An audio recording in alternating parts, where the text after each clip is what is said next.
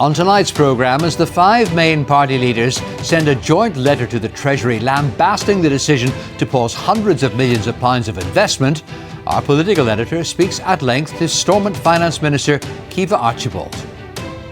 After months of controversy over Casement Park, a decision's finally been made not to build a UEFA standard stadium. Many are pleased, many are not.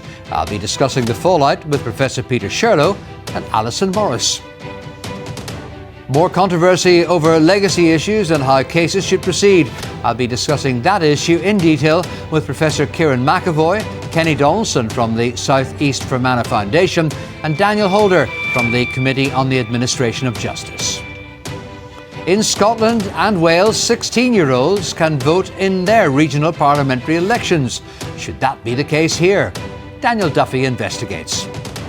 Our commentators tonight are Anna Mercer and Sarah Crichton.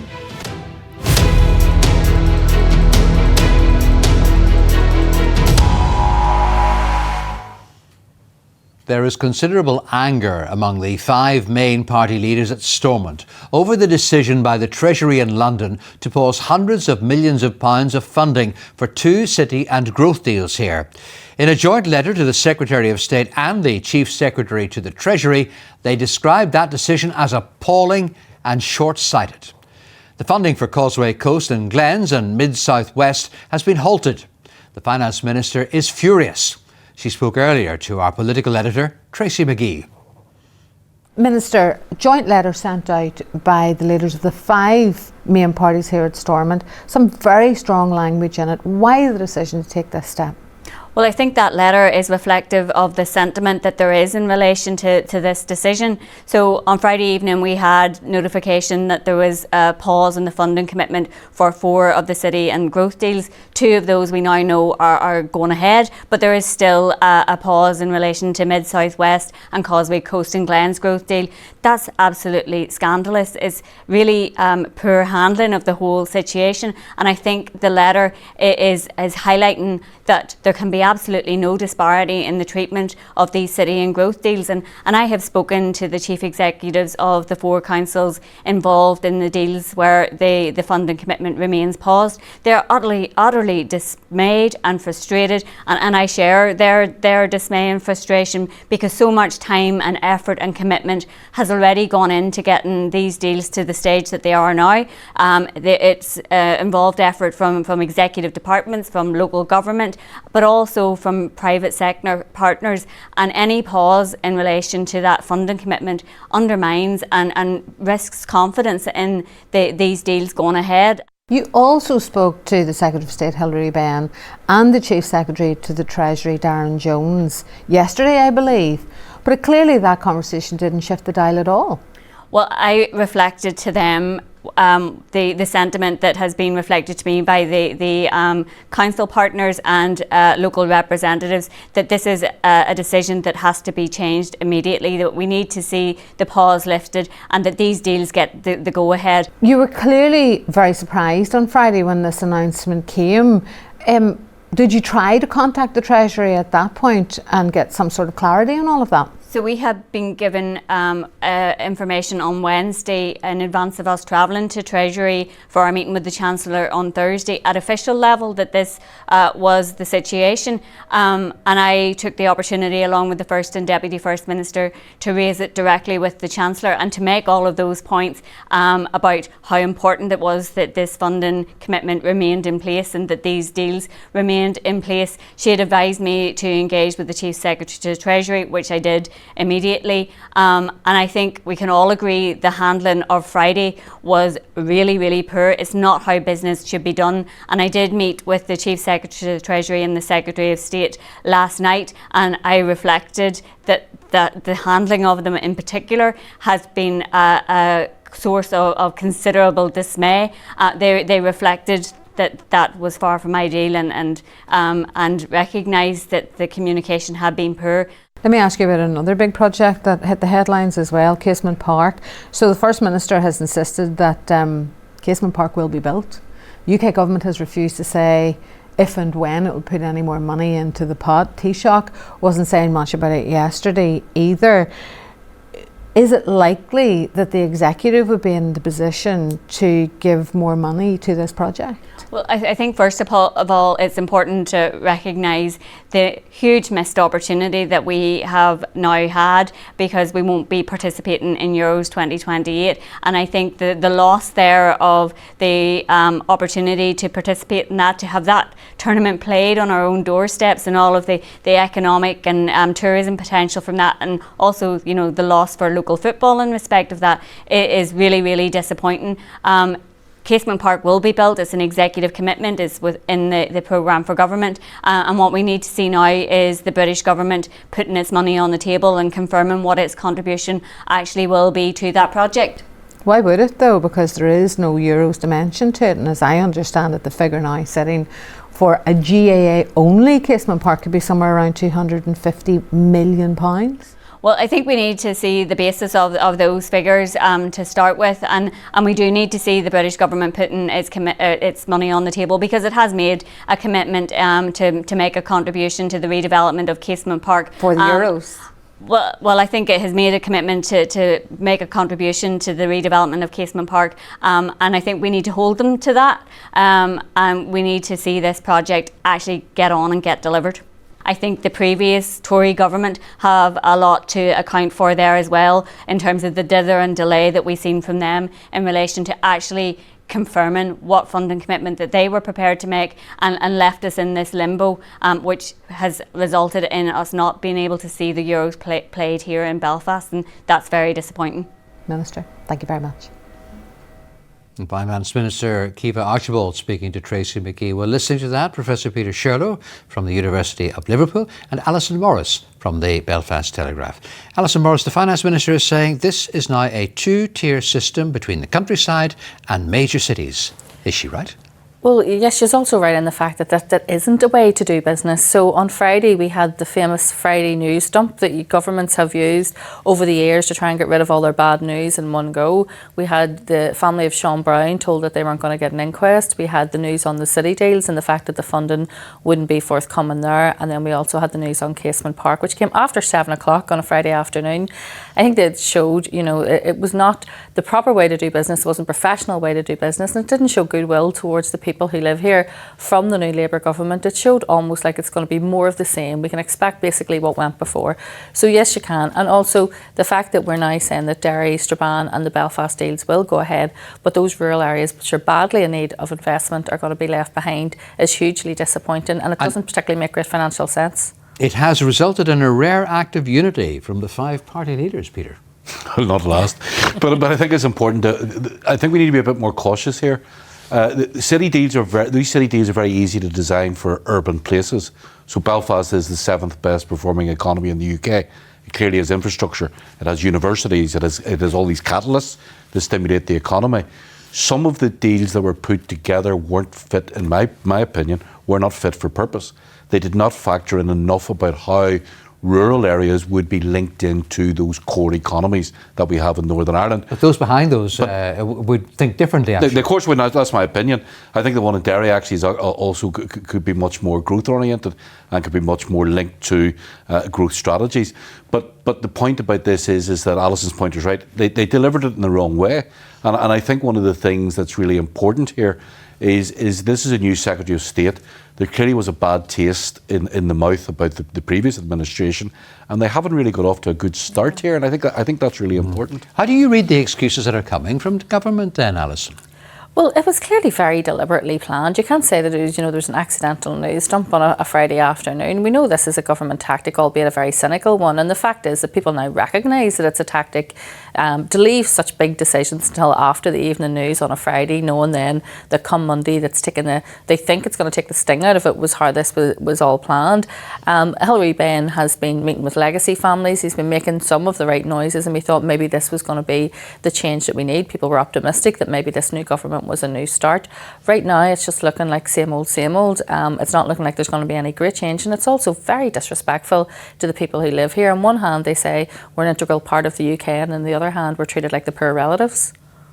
And what's your sense, Peter, of what happened regarding the announcement of Casement, or non-announcement of Casement? Well, I think the thing we have to be very careful here, this is clearly fallen into identity politics. and claims about sectarianism and the DUP and unionism rejection, etc. I think this actually sort of symbolises the problems we have here. I think, first of all, this should have been built at the Maze. I think we have redeveloped Ravenhill, we have redeveloped Windsor Park in urban areas where, I was at the Linfield match on Saturday, 4,000 people brought the traffic to a halt. They're just not fit for purpose. The whole plan initially should have been to move out to somewhere where we could build integrated. But we couldn't agree on that. Of course, we couldn't agree on that. So we are for the best case scenario. But I think we've got to realise, as much as nobody should be attacking East Belfast GAA. Nobody should be attacking the concept of there being a GAA ground with multiple facilities for concerts, etc. in the city. The point I made earlier on about Belfast being a growth-oriented city, it should have world-class facilities. So that is one way we can do that. But I think we've got to realise here, there's been a lot of resident protests here. That, up until 2 years ago, this was still being held up in the courts. So I think we need to understand it's more than just a green and orange issue. It's also very clearly an issue about its location. And Alison, it wasn't a decision that was made on Friday at tea time, was it? No. Look, the longer this dragged on, the less chance there was the casement was going to be built in time for in time for the Euros. It just wasn't going to happen. We know that these building contracts, all it had to do was run into any kind of slight problem or delay, and it wouldn't have been ready in time. The bigger issue is the building of Casement. And what I would say is there's been a lot of misinformation this week claiming, it's the residents that held it up. The residents group who had opposed it, were never opposed to the stadium being a casement. They were opposed to the size, they were opposed to the scale, and they wanted more clarification on the exits. That was all they wanted. They didn't say, we don't want a stadium in West Belfast next to our homes. They bought homes next to a Gaelic ground. That was never the case, and I've noticed that some people in social media are trying to make out that this is what was happening. That isn't. Let's get that clear. And second of all, I do think that I have heard it, and I've heard it quite clearly, that there is, in some of this, there's a sectarianism and a snobbery that West Belfast does not deserve this stadium. Had it been anywhere else, there wouldn't have been the opposition to it. And I do think that we need to realise that we're now in 2024, equality of opportunity, and the people of the area that I come from deserve to have that stadium because it will bring growth and economy, and just even the building work alone will bring growth and economy. In terms of the bigger picture here, what message does this send out about Northern Ireland? Well, it sends out a message about the inability to create shared spaces with the collapse several years ago of the Maze site. It sends out a symbol of contestation over a sport which is played by largely one section of the population. People seem to find that unacceptable to them. I think it sends out the other issue is it just sort of shows that this city, which is in terms of its private economy, is growing rapidly. In terms of its public sector investment and capacity, it still lags behind. The fundamental problem, I don't really agree with Alison. I think the residents had other issues, but we would agree to differ. But I think one of the things here is why are we now going to build a third stadium in an area of high urban development with no infrastructure to support that stadium? So it just shows you we're not. The private sector can do things, the private sector can deliver, but Stormont just doesn't seem to be able to do things which are for the common good. Is there any common ground to be found here between national government and our government on the ground here? Because it has shown, if nothing else, just how impotent our politicians are whenever national government says no. Well, the problem is that Keir Starmer has inherited, an empty safe. There's no money left. Yeah? He says this. So he has inherited this. He now then needs to try and make the economy grow while at the same time, I suppose, undoing what went before it.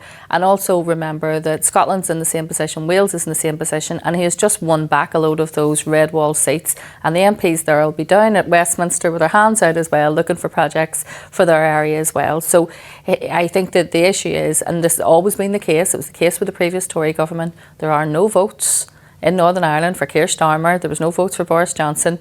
The votes are over on the other side of the water, and therefore if there is extra money to be dished out to curry favour with certain aspects of their electorate, so I always think that we're seen as the poor relatives. I do think that there's negotiations that can take place to try and make certain things happen, but I mean the lack of respect that was shown, I think, on Friday with those announcements and the way they were carried out doesn't bode well for the future. In the few seconds remaining, are we destined to remain as the poor relation in the UK? No, because the NIO over the last 10 years, and especially after Brexit, have been putting significant investment in here and have been, ensuring that businesses come here and invest, etc. I think that's just not true. We actually are emerging from a post-conflict situation, and in terms of our private sector, we are emerging as the fastest region of growth in the UK. Peter Sherlow, Alison Morris, thank you both very much indeed. Now, for 17 years, Northern Ireland has been struggling to come up with a solution on how to deal with troubles-related deaths. The new Labour government has ripped up Conservative legislation which would have brought an end to all legacy-related cases and announced a public inquiry into the murder of the prominent lawyer Pat Finucane. However, the government is fully backing the newly established Independent Commission for Reconciliation and Information Recovery and encouraging victims' families to put their trust in it. Earlier, I spoke to Kenny Donaldson, the director of the South East Fermanagh Foundation, Professor Kieran McAvoy from Queen's University, and Daniel Holder, the director of the Committee on the Administration of Justice, the CAJ. Kieran McAvoy, it's a popular decision, but is it a right decision that the Labour government has made in setting out to repeal the Leagacy Act? In a word, yes. I think there was no political consensus here in favour of the Leagacy Act. I think most people here found the amnesty provisions obnoxious, and there were serious concerns about its legality and its capacity to actually deliver investigations for families. So I guess what we're all looking now is at the detail of what repeal actually means, whether they're actually going to repeal that legislation or whether they're going to tinker with it. One part of the legislation remains, Daniel Holder, and that is the Independent Commission for Reconciliation and Information Recovery. What confidence do you have in that? I think there's very little public confidence in it. If you think this was a mechanism set up by Tory ministers who had an agenda not only of burying the truth, they had an openly articulated agenda of shutting down legacy investigations. And that's an agenda they've delivered on. There were hundreds of cases in the system that families had opted for under the existing mechanisms up to the 1st of May. We now find out that despite the new mechanism set up by the Tories having a long lead-in period and having been operational for 4 months, it only has 8 cases. Families are really voting with their feet. And you can really understand that because in a sense, why would Tory ministers who relentlessly sought to thwart other legacy investigations to the extreme of closing them down be all of a sudden so relaxed and comfortable about their own new mechanism looking at the same cases? So it's a real difficulty that the mechanism's been retained at this stage. Except it is early days, Kenny Donaldson, and last week on this programme Sir Declan Morgan was saying that he wanted more people to come forward.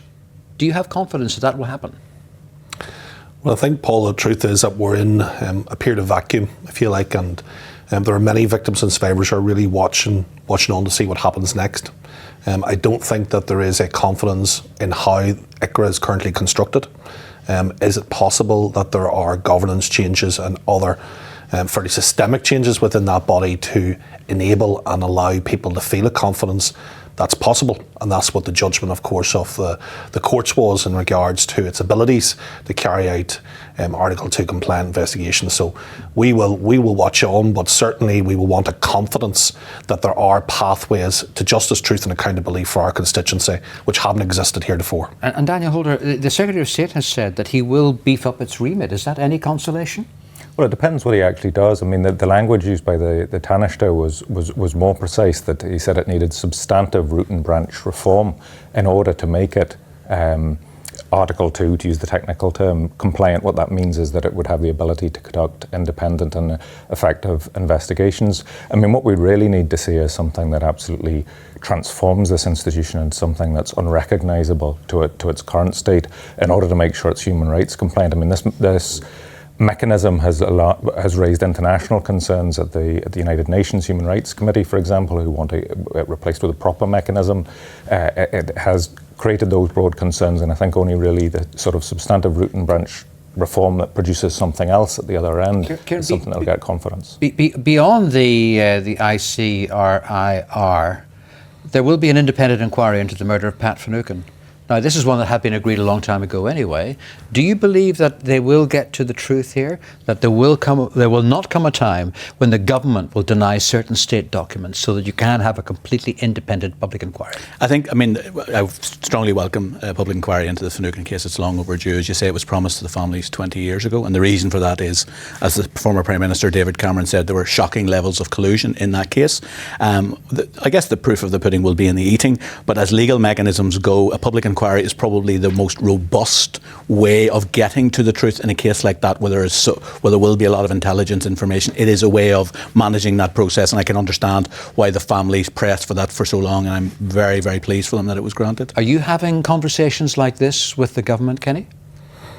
Well, absolutely, Paul, and I suppose, look, I look at a case, for instance, of Claudia, which is a case which is absolutely immersed in matters of collaboration and problems of not alone a church and its position within it, but also obviously the police and indeed the NIO of that time. So we have to be very clear here that we're not creating a continued piecemeal approach to all of these issues, because to be straight with you, last week when the news of that inquiry was made, there was 2 very, very difficult days, because a lot of people look at their own circumstances and cases and how they've been denied and thwarted over And the you have years. to remember as well that the family of Sean Brown did not get a public inquiry either. He was murdered, a GAA man in Balachi. Absolutely, and look, we're very clear as an organisation, we don't cherry pick any of this. All victims and survivors have a right to pursue justice, truth and accountability, but they're also, Paul, and we've made this very clear to the Secretary of State, he needs to analyse and look at what's happened since the Belfast Agreement of '98 and how justice has been subverted in that 25 years that followed. That has brought us to the point that Leagacy Act could even have been agreed in a vacuum. Now we need to get real, sit around the table, and how can we come up with a set of measures which will deliver for all. Daniel, have you been speaking to the new Secretary of State? And if not yet, what would you be saying to him in light of what we're hearing around this table? Well, we have engaged with the Secretary of State. We have engaged with both governments on this. I mean, I think we have to remember here there was an existing agreement that the 2 governments had reached in 2014 that was at the point of being implemented in 2020 before along came Boris Johnson with his agenda of amnesty and tore it up. Now, there were significant gaps in that agreement it can be built on, but it's not as if there isn't a roadmap there. And I think that there is a broad consensus among all victims' constituencies that there needs to be an independent mechanism that can investigate all categories of cases and deliver truth, justice and accountability for families. And there will be people out there who will say that more of that should also be coming from the Republic's government. I agree strongly with that, actually. I think Daniel's right. There is a fairly clear roadmap as to what should be done now. I think we go back to Stormont House, we look at the Sir Declan's Commission, we look at other ways of getting information from the non-state actors, from the armed groups, we look at the role of apologies and acknowledgement, and also we look at, if we're going to set up these mechanisms that have trust and credibility in Northern Ireland, there has to be an analogous process or set of mechanisms in the south that victims in that jurisdiction can also have confidence and faith in. But all of that is eminently doable in both jurisdictions with appropriate political will, Paul. Is there renewed hope in the constituency that you represent, Kenny? Or is there a danger here that people will believe it's just going to be kicked further down the road again? Well, I think, look, all of us around this table, the reason why we are in this field is because we are hopeful. If we were demoralised to the point, we would have quit a long time ago. So there is hope. But what I'd say is to the southern state, and we met with DFA last week and we'll meet with the Taoiseach tomorrow, the time for merely quality proofing what the Brits do is over. They now must come forward with their own proposals and very, very clearly set out how they're going to advance that, not only for their own citizens, but in those cross-border cases which, amount into the hundreds. Daniel Holder, is there an end in sight, do you believe? If the political will is there, yes. I mean, I think there is a roadmap that this is doable, but I suspect it's going to be a very difficult road. The Labour's commitment to repeal and replace the Leagacy Act was pretty clear, but they already seem to be rolling back on part of that, and that is a cause for concern. Panel, thank you very much indeed. Now, still to come, what would it mean for Northern Ireland if 16-year-olds had to vote? Daniel Duffy has that report, and I'll be speaking to Professor Sir John Curtis. Do stay with us.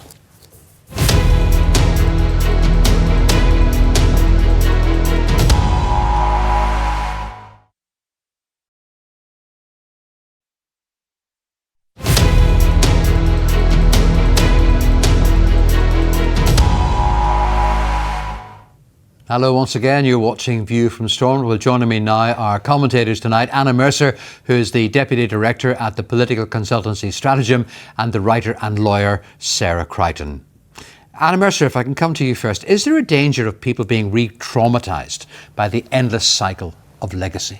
Yeah, I think it's a good point, and I think that with the Labour government coming in July, that there was a lot of hope and expectation that when they repealed and they announced they were repealing the Leagacy Act or parts of the Leagacy Act in the King's speech, that this would be a reset and that we'd see things done differently, and that the needs of victims and survivors would be at the front of what they were doing.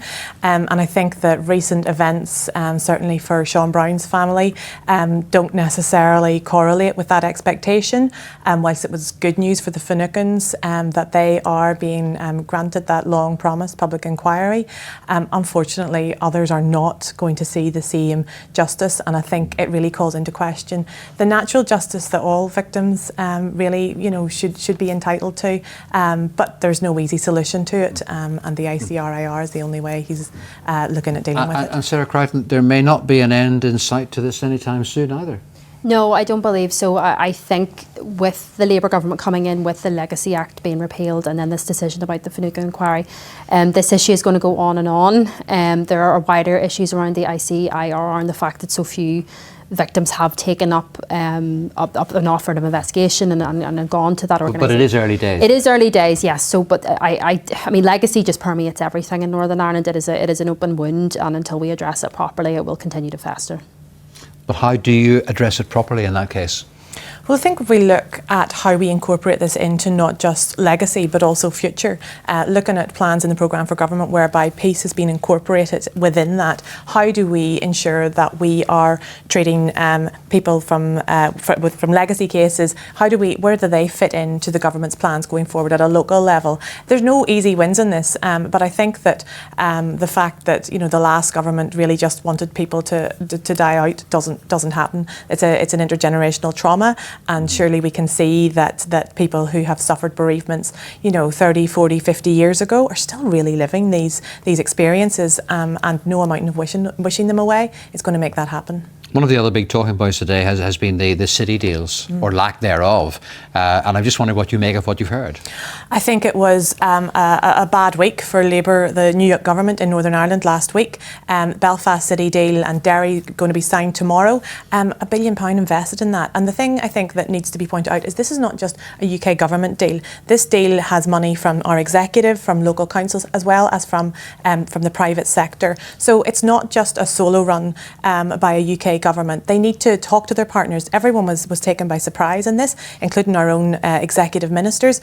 The potential of this deal is a real kind of moment of hope. It took 5 years to get this city deal together. That's 5 years of negotiating. That's 5 years of 4 or 5 parties in the executive at that time coming together to develop this. So the fact that it was really undermined in one glib announcement last week that clearly wasn't very well thought through wasn't the best show of confidence. What is your take on it, Sarah Crichton? I thought it was disgraceful the way the government behaved, dropping that announcement when it did, coming on the back of multiple announcements that really just seemed to annoy everyone in Northern Ireland. I think that this Labour government is determined to be unpopular. I question what they're doing. They're acting with these self-imposed fiscal... Well, they've got a huge majority and they're just 3 months into their mandate, and they've got at least 4 years and 9 months. 4 years and 9 months to go, but the polls show that their popularity is dropping really, and what is quite concerning in my personal opinion is that it shows that support is increasing for parties like Reform UK, who are completely different and have, in my opinion, very, very concerning underlying policies. But they will continue to grow as long as Labour continue to pursue an economic strategy which does not deliver hope or deliver any investment for this country. And the other thing, Anna, it's a lovely day out there today, and it may well be similar tomorrow, but we are now in autumn. Winter is around the corner, and there are going to be many people in Northern Ireland who are not going to have what they were relying on in the past, that winter fuel allowance. Yep, and that's one of the groups that have been targeted by the new government. We also have the refusal to change the two-child policy. We also have the city deals, or the other 2 deals that haven't been signed off on, as things that are under threat, and indeed Casement Park. So we've heard a lot about what people aren't getting in the coming months. We really need to hear what they are going to get. Who are the population that Labour are going to appeal to, because it's very unclear at this moment. And I'll give you a final few seconds, Sarah. Yeah, I think really, Labour campaigned on a strategy of change. They campaigned on a strategy of being not the Tories. Let's see that change as far as I'm concerned. Anna Mercer and Sarah Crichton, thank you both very much indeed. Now, should 16-year-olds be allowed to vote? That's the case in Scotland and in Wales, where 16 and 17-year-olds can vote for their respective regional parliament. In Northern Ireland and England, it remains at 18. But 4 of the major parties here support the change. It's also a Labour manifesto commitment. A Vote at 16 conference took place at Queen's University in Belfast, where young people set out their reasons why the voting age should be lowered here. Daniel Duffy reports. It's a topic that causes much debate and discussion. Should the voting age be lowered to 16? The last time there was a change in the UK, it was in 1969. 55 years on, could it change again? Before they came to power, Labour pledged to reduce the voting age in general elections in their manifesto, but it wasn't included in the King's speech in July. For many young people, it continues to be a burning issue. This recent conference at Queen's University saw 150 of them calling for the voting age to be lowered to 16. Our campaign group would prefer if it was brought in by our local executive. We would like that they ask for the powers to be devolved from Westminster to legislate in favour. In 2012 the Assembly voted in favour of vote at 16 and there has been no movement on that since. I believe that we are the future, so we do have experience, we're also growing up, we're also experiencing things, and also we're also advocating for political education to be added to the curriculum. So we will be experienced, we're not just going in blindsided wanting to vote, we want to be prepared and be educated as well. We need to have good political education in our schools and allow schools to be a safe space for young people to explore their political identities and give our teachers the resources to allow students to have these conversations. And I don't think that young people are necessarily immature enough, because I know myself, even my friends that swear they aren't political are. Their peers in Scotland and Wales already have the right to vote in council and national parliament elections. In Scotland, 16-year-olds voted in the Scottish referendum in 2014. So what impact has it had across the Irish Sea? I think the main thing is that it is just normal for young people's voices to be valued in Scotland. You know, we're running up to about 10 years now since the independence referendum, the first Scottish Parliament election where we had votes at 16, and it's meant a landmark change for young people. We've had the UN Convention on the Rights of the Child incorporated into Scottish law, and we've just taken an approach to many areas of public policy where young people's voices are considered not at the end but right from the beginning, and it means that we're not running into stages where we're getting programmes out and children's rights or children's concerns weren't addressed and they've failed or whatever. No, these problems have been foreseen and they've been tackled, and it just means better outcomes for everybody in society as well. It's really made a difference in kind of young people noticing what's happening in their local areas and actually wanting to make a difference, but not just wanting to make a difference but being able to, because we've always been able to protest and have activism from young people, but now we're actually able to use that activism to make a change. 4 of the 5 main political parties here support lowering the age. The DUP are against it. There are differing opinions though among some of the smaller parties. Voting age at 18 at the minute is the correct decision. If you look across the international world, the average is 18.03. So here in Northern Ireland, indeed the UK, we have that right. Not being disparaging against young people, but there is a lack of understanding at 16. You can be easily influenced by social media and your peers, where when you reach that golden age of 18, I think you're better equipped to make informed decisions. So I think it's a sensible proposal. Young people are paying taxes, they're able to work, and they should be able to shape the future government. They should be able to vote out a government, and the fact that they can't really says a lot about government's priorities. And some of the kind of arguments against people voting at 16 is that young people don't care, young people aren't into politics, and my experience is the complete opposite. Young people are very engaged, very involved in politics, are very involved in campaigning, and therefore they should be able to vote as well. There are also differing opinions among the public. I don't know if the maturity level's there to make such a serious decision, so I would stick with it in our nation. So I don't believe so. I believe they're still developing their brain. They're still getting more experiences. When I was in 16, looking back at it, I don't think I was in a place to vote because I didn't really value politics as much as I should have. They are a lot more mature than people think they are, and at 16 I would have voted because I'm really big into politics, and I think this should give more young people the chance because older people aren't voting as much these days. They can work and pay taxes. Why should they not be able to vote and express their opinions? So yeah. So if the voting age were changed here in Northern Ireland, what impact could it have on the political landscape? So where this has been tried, where it has been put in place, it's been extended. It hasn't actually been rolled back. And again, Scotland, with 10 years now, having it in place, certainly has no evidence of buyer's remorse. And again, it's been seen to be so successful that Wales obviously have moved and adopted it as well. Could it knock down green and orange barriers here in Northern Ireland? Well, that remains to be seen. It is worth noting that in 1970, when 18-year-olds could vote for the first time, when the voting age dropped, it didn't obviously do that. So look, I think, look, ultimately we quite often hear these misnomers put forward about how young people would vote. You know, the argument that the Conservatives make is that if we lowered to 16, well, that's just going to keep Labour in office. But when the voting age was lowered last time, it resulted in a shock Conservative win in 1970, and the Tories have governed for most of the period ever since. So look, young people are like anyone else. They vote for a variety of different reasons.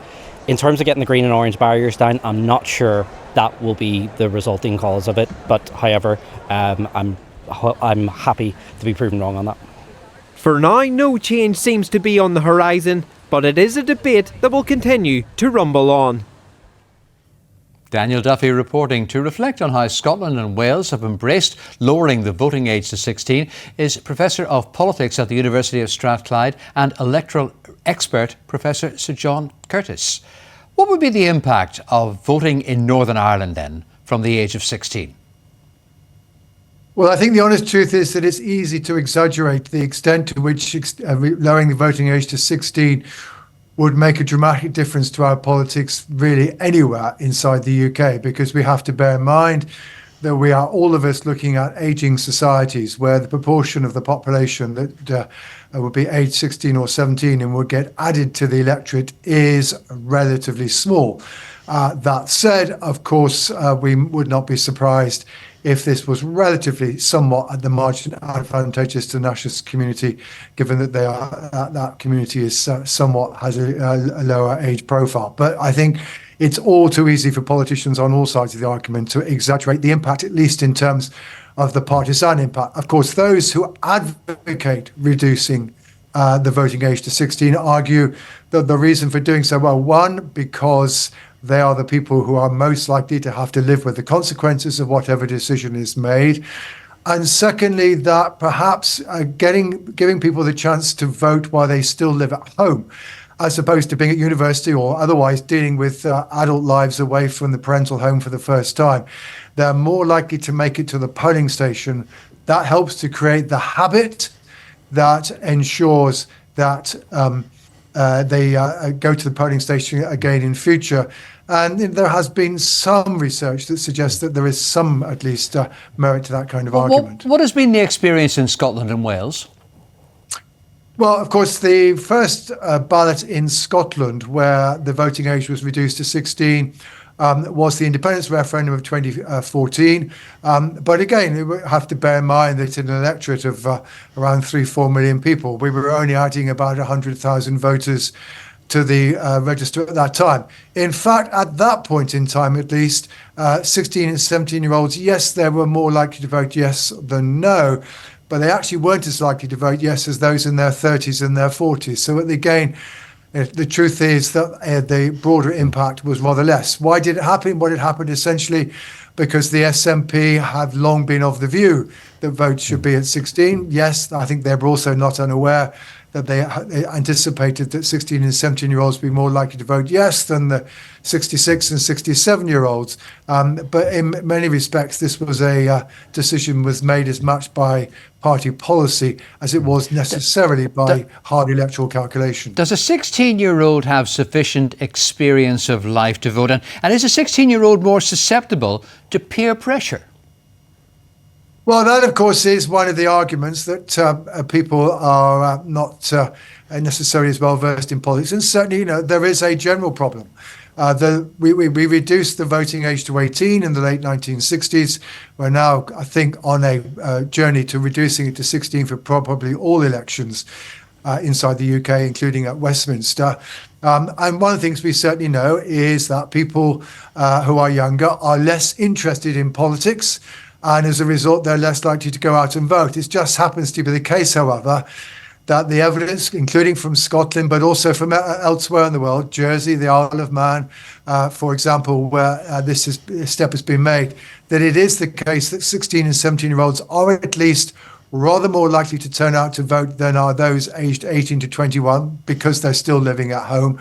And to that extent, at least, it arguably doesn't have as negative effect on turnout in the short run as did the reduction to 18. I may have longer term benefit. The other point is that a 16-year-old can pay taxes, so why not be able to vote a government in or out of office?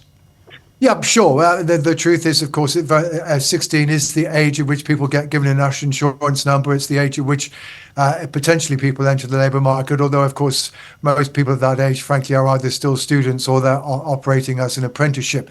I mean, the other thing, change almost undoubtedly has to happen when you do this, and we've seen this in Scotland, which is that you then certainly have to make sure that politics and civics becomes rather more of the school curriculum, and teachers have to learn how to be able to talk about politics within the school while at the same time avoiding claims of partisanship. And that's something that I think teachers in Scotland have gradually been able to negotiate with at least some degree of success. One final question for you. Less than 3 months into the job, how would you rate the Starmer government, briefly? Well, we have to remember this is a government that was elected with just 35% of the vote. And we are already seeing that, if anything, its support being rather low in the polls. And with Sir Keir Starmer's popularity, which got a bit of a boost immediately after his election, it's back down to the negative figures it was beforehand.